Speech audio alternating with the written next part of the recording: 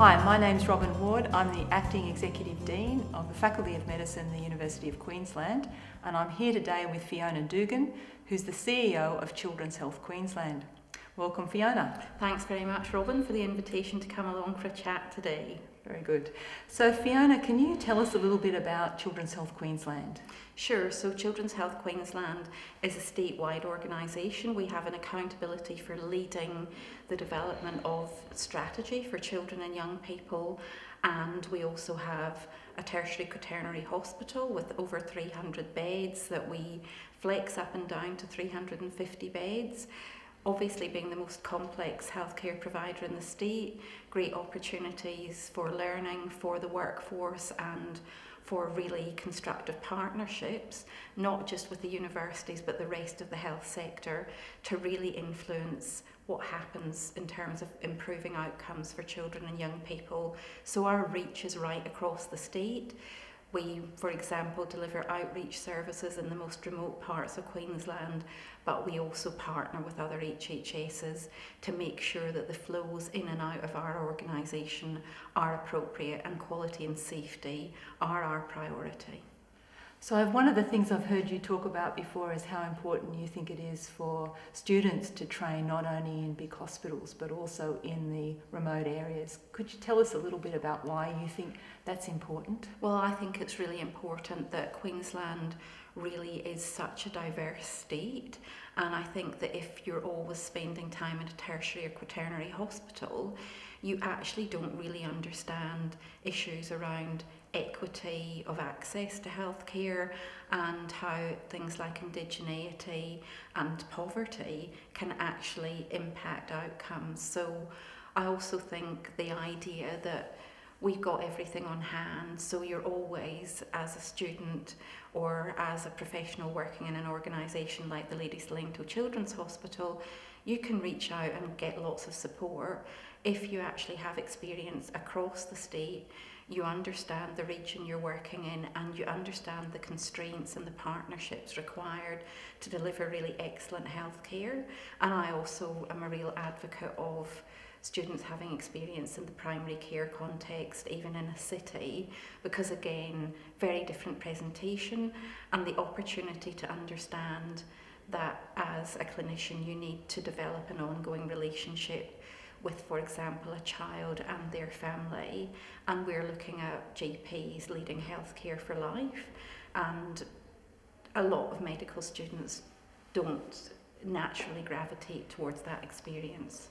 So what sorts of behaviours do you think medical students see exemplified in the workplace where they're working in an environment where they've got doctors and nurses and allied health people working together?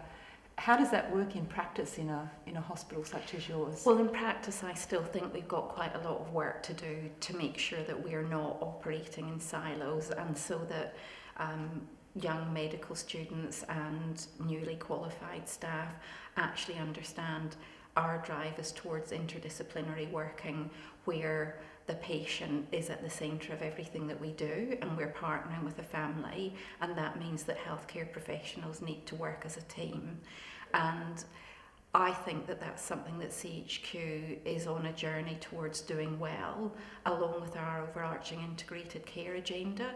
So I would like to think that students and new graduates coming into the organisation will sense that teamwork and start to understand that, for example, a lot of our workforce development is going to be about interdisciplinary learning, and I'm very aware that UQ share that agenda, and in fact I believe we've been invited along to participate in some of the thinking about how that might be delivered really successfully. So I'm delighted to see UQ leading in that space. So one of the other things that we do together is research. So we've got a shared facility that we have our researchers working together in. What do you think are the key elements of a successful partnership in research in your mind? Well, for example, in the first instance, it's been fantastic that we can actually look to you to provide us with guidance around our research strategy. We, as a provider organisation, have lots of clinicians interested in research, but how do we know that we're doing the right things? You've got a dedicated team of people whose everyday thinking is about research, it's about the future, it's about what's going to make a difference, not just in the world of healthcare, but more broadly. So I think from our partnership with you, we really benefit from that world-class institution being on our doorstep and guiding us about what the priorities should be, particularly if we are really aiming to take that population of children and young people. We have the needs assessment, we understand that population.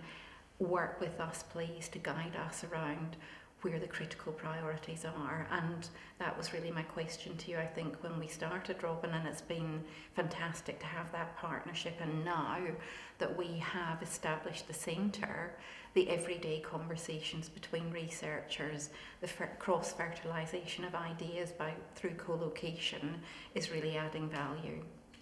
Yeah, I think one of our observations is just how enthusiastic researchers, clinicians are to really engage and solve problems. And that's come about through the co-location, as you say, and also through the shared purpose. So it's been also great working with Children's Health Queensland in that capacity.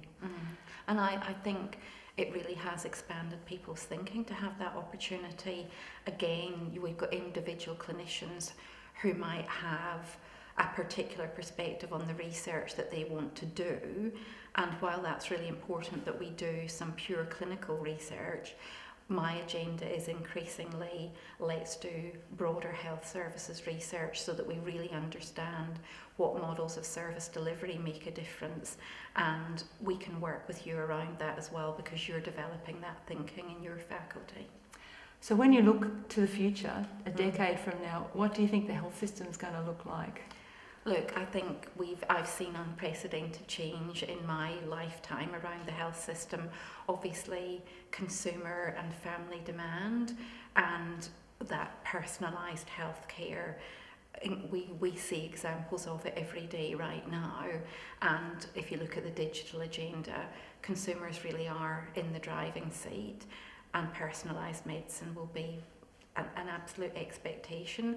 The challenge for the public sector is actually to work with that agenda while still dealing with declining public funding, and we need to be really innovative. So integrated care and delivering services in the right place at the right time, increasingly important. The hospital context will look incredibly different.